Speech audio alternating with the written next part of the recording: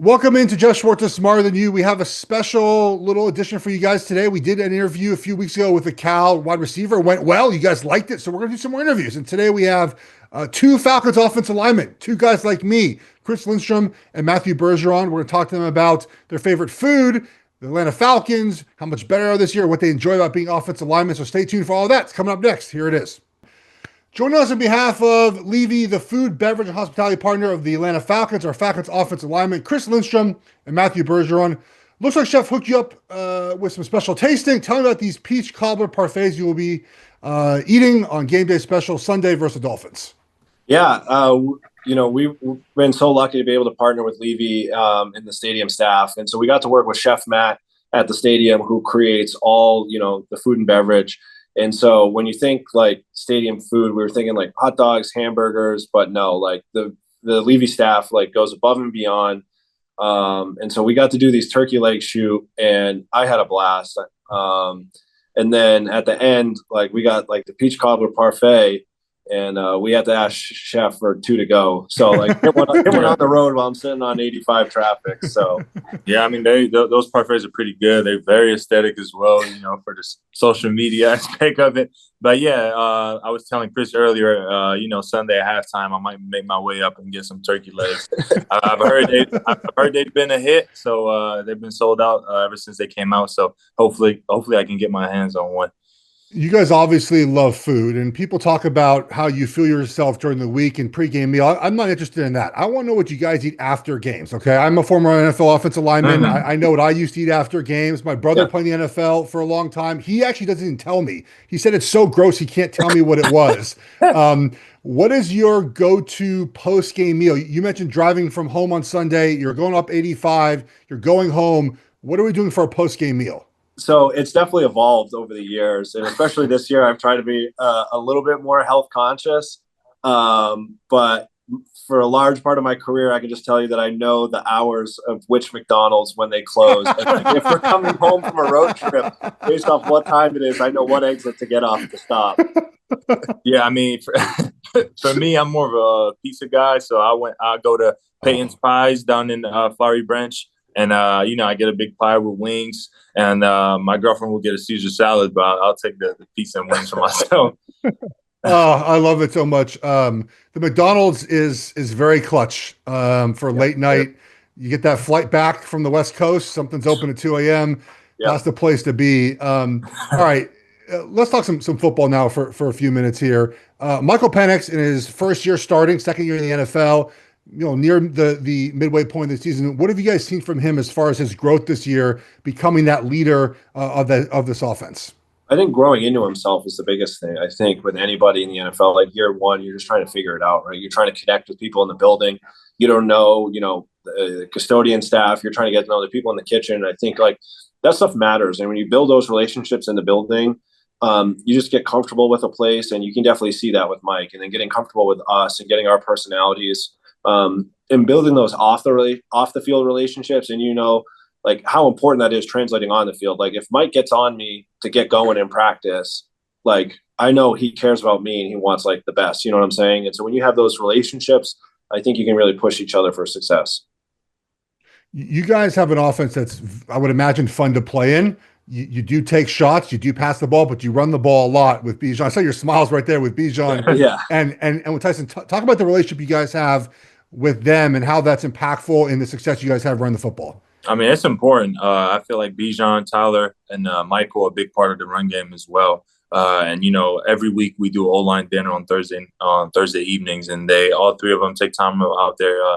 Nice to come out, hang out with us, and just bond. And I think that stuff matters, because when you get to know who you're working with, it can create some extra, as far as the run game and stuff like that. And just relationships are important.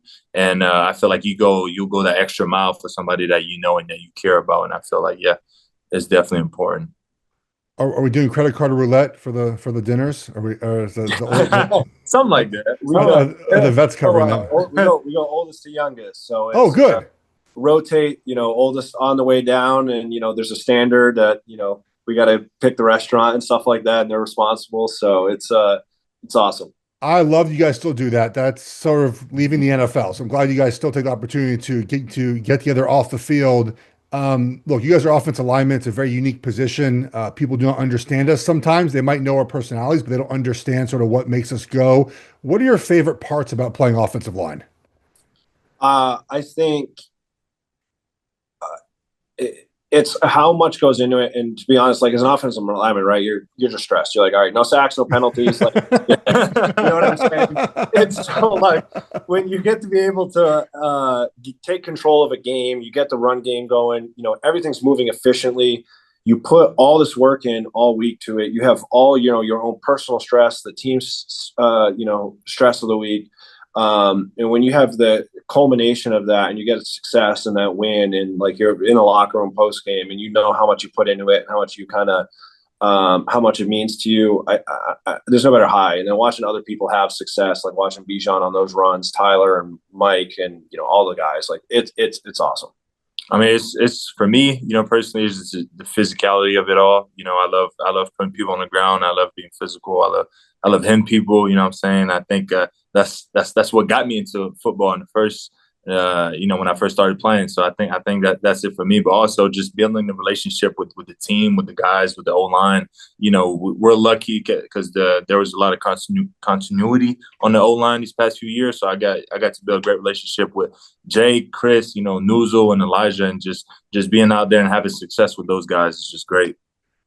Quickly on Jake, I marvel at his durability. I was someone who was very hurt. Now, obviously, this year, I think he got injured 2 games ago, but is able to come back against San Francisco. Talk about him, his leadership, and his ability just to stay healthy, because I don't think people realize how much football he's played. He's played, I think, every game for 10 or 12 years in a row now. It's pretty remarkable.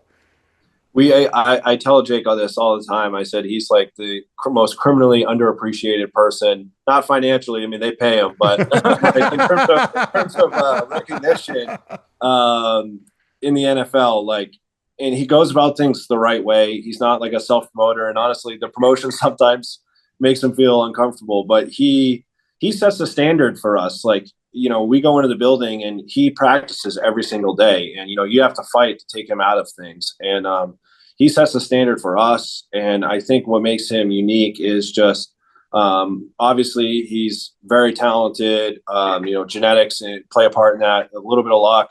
But his preparation as a pro, when you talk about like being a pro and doing whatever's needed, both mentally and physically to get himself ready, like his preparation this past week to get going for that San Francisco game, I don't think anybody else in the NFL is willing to do what he did to kind of get going with it. Yeah, I mean, for me, the way I saw Jake when I first got here, like Jake leads by example. And that's how I was able to get better, by just seeing what he does on a daily basis, on a weekly basis, and also in what he does in the season, and just seeing that. And obviously, Jake might not be the most vocal person, but his work ethic and the way he plays the game, it speaks for itself. I've joked on this show that if you give a lineup of coaches, just headshots of coaches, you could pick out the offensive line coach every single time. Like that, there's an image of offensive line coach. What makes a good offensive line coach? Obviously, we know that personality sometimes is what it is, but just what about their traits that you think makes a coach good or not?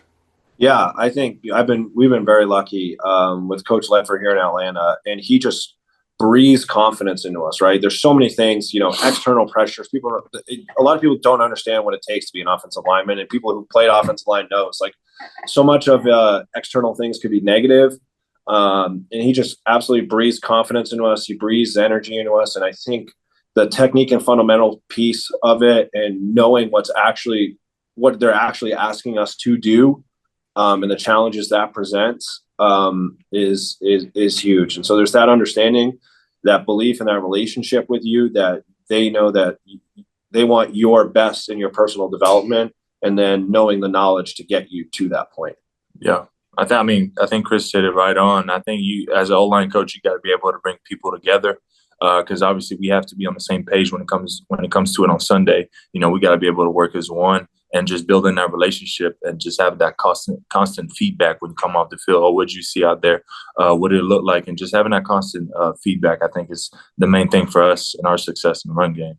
I do got to ask you guys about your defense this year because the improvement has been remarkable, right? Last year couldn't rush the passer. This year, one of the best defense in the NFL. What have you noticed from that group? Did you notice early on that this could be a group that's improved a lot over the year? Yeah, I mean, we felt it in camp. It was, it was a rough camp for us as an O line, but it's good work, and it's just great to see. A lot of those guys, James Pierce, Jalen Walker, like those guys. Ever since they got in the building, they brought in that energy, and you can just tell that they have a different mentality. We also Coach Ulbrich, what he brought to the table as well. I mean, it was a different energy in the building, earlier in the season, and it's good to see the success they have in, this season. Yeah, Matt nailed it. And there's great leaders too, with like Hayden and Jesse, two of the most smartest, players who care, love football, and then Matt.